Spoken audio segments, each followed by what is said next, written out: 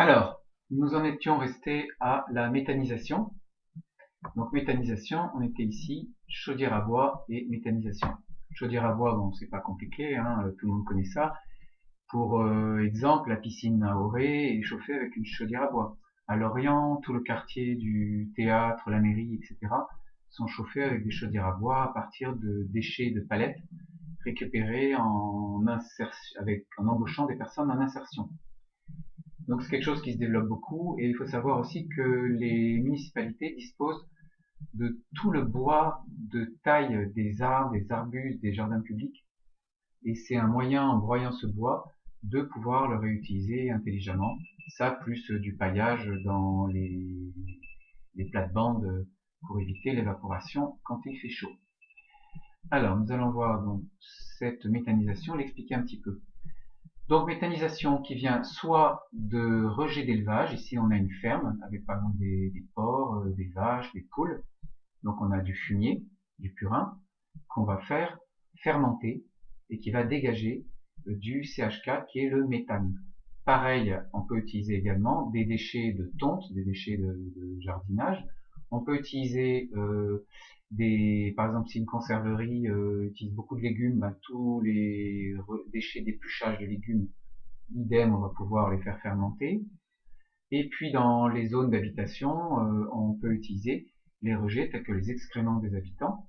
Et il faut savoir que la ville de Stockholm, capitale de la Suède, utilise les excréments des habitants pour faire fonctionner, grâce au méthane produit, les autocars sur certaines lignes et chauffer également des quartiers entiers. Ensuite, donc tout ça, effectivement, va fermenter dans ce qu'on appelle un digesteur, dans lequel il y a le processus de fermentation sans oxygène. Et de ce digesteur, il va y avoir des déchets. Ces déchets, on va les épandre sur des terres. Bon, là, il y a des débats actuellement, il y a certains excès parce que ces déchets peuvent être riches en produits toxiques. Donc, il y a des départements dans lesquels, quand ça dépasse une trop grande quantité de déchets, il y a lieu de s'inquiéter et de trouver d'autres façons de faire. Mais surtout, on a du biogaz qui va soit donner du biométhane utilisé comme carburant GNV. On en parle également pour les bateaux, GNV, les bateaux transport à passagers, des bateaux stricoles également, des réseaux injectés dans le réseau de gaz naturel, et biogaz utilisé en cogénération pour faire de la chaleur ou même de l'électricité en faisant tourner des turbines. Donc c'est une piste qui est très intéressante. J'ai écouté une émission assez pointue là-dessus récemment. Et ce que j'en ai retiré, c'est qu'il faut faire vraiment attention à pas faire des trop grosses unités. Une petite moyenne ferme qui installe la méthanisation, c'est bien. Ceux qui se précipitent à racheter des fermes, faire des grosses unités, là, ça va pas du tout parce que, comme je disais tout à l'heure, on arrive à polluer des terres et on arrive à faire de la spéculation sur l'énergie. Et du coup, on supprime de la terre agricole parce qu'on va faire exprès de faire pousser certaines plantes uniquement pour la biométhanisation et non pas pour l'alimentation et le reste des déchets servant à la méthanisation. Donc on pourra en reparler plus tard. Ensuite,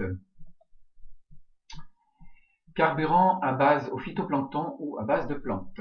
Alors, ici on a des essais qui sont faits dans le nord de l'Europe. En France, il y a à peu près une dizaine d'entreprises en Europe qui, avec des algues microscopiques, en supprimant certains apports alimentaires donnés aux algues, en réaction, elles vont se mettre à sécréter des huiles, soit des huiles épaisses qui peuvent permettre de donner du biodiesel, soit des huiles plus légères qui peuvent permettre de donner du supercarburant, enfin, de 95 par exemple, ou voire du kérosène qui est utilisé pour les avions. Donc là, on sait faire, le tout c'est d'arriver à faire baisser les coûts de production, et il y a pas mal d'espoir dans ce domaine. Donc à suivre. Quelques images, phytoplancton, voilà des grosses gaines. On peut même mettre ce phytoplancton dans des tuyaux sur des façades d'immeubles, et ce qui fait que ça profite du soleil. Donc c'est quelque chose qui est très intéressant. Ensuite, recyclage ou réparation dans des ressourceries ou des hypercafés. Au lieu de jeter nos grille-pains, nos mixeurs quand ils fonctionnent plus, ou nos petits chauffages, on les emmène dans des lieux dans lesquels il y a des techniciens électriciens à la retraite, des bricoleurs à la retraite, et qui vont vous réparer tout ça autour d'un café, et même vous apprendre à le réparer, pourquoi pas. Et c'est l'image suivante.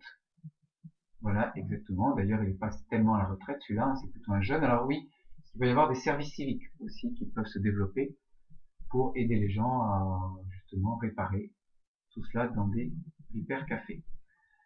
Donc il y a des repair cafés aussi de tout, hein, pour ici on a autre chose, repair café pour les vélos, et donc l'avantage c'est que ça crée du lien social et les gens sont très contents, ils repartent avec leur appareil réparé, c'est très appréciable, encore plus quand on n'a pas beaucoup de moyens.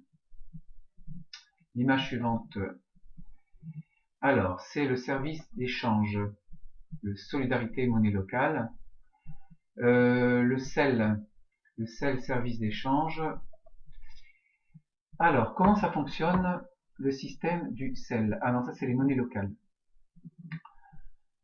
Le système du CEL, je crois que j'en parle un peu plus loin. Alors, monnaie locale, c'est créé dans certaines municipalités. On crée de la monnaie. Moi, j'échange des euros contre une monnaie locale. Cette monnaie locale, je vais payer mes courses avec les magasins qui vont l'accepter. Mon commerçant privilégie lui-même ses fournisseurs locaux et les paye avec la monnaie locale. Et les fournisseurs locaux vont faire appel à des artisans et des entreprises locales. L'intérêt, c'est qu'on se rend mieux compte du circuit de l'argent dans un village, dans une petite ville, et ça renforce le sentiment d'appartenance à une communauté locale, et du coup, ça donne du dynamisme à des gens qui ont envie de travailler pour le local. Et au début, j'y croyais pas tellement, et en fait, ça fait ses preuves, et c'est vraiment très très positif comme effet. Solidarité, monnaie locale. Après, jardin et poulailler partagé, habitat participatif. Ah bah c'est tout bête, hein, vous avez tous vu ça dans votre ville, votre village. Il y a des zones avec plusieurs jardins qui sont les uns à côté des autres. C'est la municipalité qui les met à disposition gratuitement, avec un cahier des charges, pas mettre de pesticides, respecter un règlement intérieur. Et l'avantage, c'est que les gens vont s'échanger. Par exemple, s'ils ont trop d'œufs, ils vont échanger des œufs contre des haricots verts. S'ils ont trop d'haricots, ils donnent les haricots et puis en échange, quelqu'un va donner un coup de main, donner des fleurs. Ils se rencontrent, ils discutent, ils se donnent des conseils. Ça crée du lien social et c'est vraiment super. Un grand succès. Et surtout, ça permet à des familles de manger pour beaucoup moins cher. Bon, voilà la partie près de Toulouse, la Reinerie. Vous voyez que les gens y vont en famille, il y a des petits chalets, ils peuvent y pique-niquer le week-end, et puis tout le monde discute, échange, est fier de ses productions, et de les faire goûter. Alors, maintenant on a l'habitat partagé. Alors, habitat participatif, c'est comme de l'habitat partagé.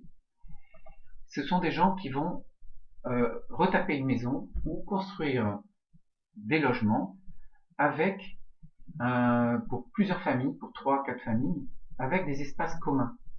L'intérêt de cela, c'est que ça va leur revenir moins cher, parce qu'ils vont avoir par exemple une buanderie pour 4 familles, un ou deux lave-linges au lieu d'en avoir 4, une salle de jeu au lieu d'en avoir 3 ou 4. Éventuellement, ils peuvent même avoir une voiture pour l'ensemble des 4 familles qui sert un peu de véhicule secondaire pour aller faire les courses. Et ils vont se rendre des services, ils vont avoir un seul abonnement d'électricité, donc ils paieront moins de taxes, etc. etc. Donc c'est très très intéressant et ça se développe. Et ça va aider aussi à faire face à la solitude de certaines personnes. Par exemple, il y a beaucoup de femmes seules qui vivent avec des enfants. Et du coup, elles pourront ne plus être seules et avoir de l'aide, de l'entraide. Ici, on a le système d'échange, réseau d'échange réciproque et de savoir. Donc Leila, donc Maud s'occupe des animaux de Lucie. Lucie rédige des CV pour Alex et s'occupe des papiers de Julie, par exemple. Alex, lui, emprunte le vélo de Yann et Yann apprend la photo à Leila, etc., etc. Donc ça fonctionne avec des points, un carnet avec des points. Quand on aide quelqu'un, on récupère des points. Quand on fait appel au service de quelqu'un pour apprendre quelque chose ou faire réparer quelque chose, on donne des des points, on les perd. Et ça, c'est vraiment fabuleux, ça existe dans toutes les villes, à Auray, Vannes, Lorient, c'est vraiment très développé. Ensuite, ici, on a le coworking, donc espace de travail, covoiturage, partage de véhicules, colocation, échange de savoir et de services, on l'a vu, éco-quartier, éco-voiturage, coworking, revenu universel. Donc coworking, c'est un endroit où on loue un emplacement pour 1 heure, 2 heures, une journée. Il y a la machine à café dans un coin, les toilettes, une photocopieuse, et on peut recevoir des clients, on peut éventuellement discuter, chercher des idées avec des entrepreneurs autour de nous. Et ça, énormément de succès parce que les gens ne veulent plus travailler seuls dans leur coin. Ici, on a l'écoquartier, les 5 piliers d'un écoquartier. Alors, construire des logements économes en énergie, utilisant des énergies renouvelables, solaire, éolien, etc. Pour les déplacements, marche à pied, vélo, transport en commun doivent être privilégiés et les voitures garées à l'extérieur du quartier. Les déchets doivent être réduits au maximum, réemploi des déchets, recyclage des végétaux, apprendre le compostage, propreté et eau, améliorer la propreté des lieux de façon permanente, récupérer les eaux de pluie, végétaux, améliorer les espaces naturels, la biodiversité, corridor végétal, etc. Et puis pour terminer, on arrive à donc ici transport en commun, modification des déplacements urbains, trottinettes, vélos, baisse des rejets de gaz à effet de serre, nouveau type de moteur de carburant, isolation des bâtiments. Donc je montre juste une... Oui, donc je disais, on a vu les coquartiers et covoiturage, coworking, revenu universel. Ensuite, il y a modification des déplacements urbains avec les trottinettes, les vélos, tout un tas de véhicules plus ou moins rapides, des scooters électriques, des voitures électriques mises à disposition par les villes, du covoiturage électrique. Et puis on a aussi baisse de rejet de gaz à effet de serre, nouveau type de moteur de carburant. Pour les bateaux, ça va être essentiellement le GNV, le gaz naturel. Et puis il y a aussi l'isolation des bâtiments qui permet la meilleure énergie, c'est celle qu'on ne consomme pas. Donc en isolant des bâtiments, on pourrait économiser, je crois, jusqu'à 40% de l'électricité utilisée en France, ce qui est colossal. Donc voici l'ère du GNV.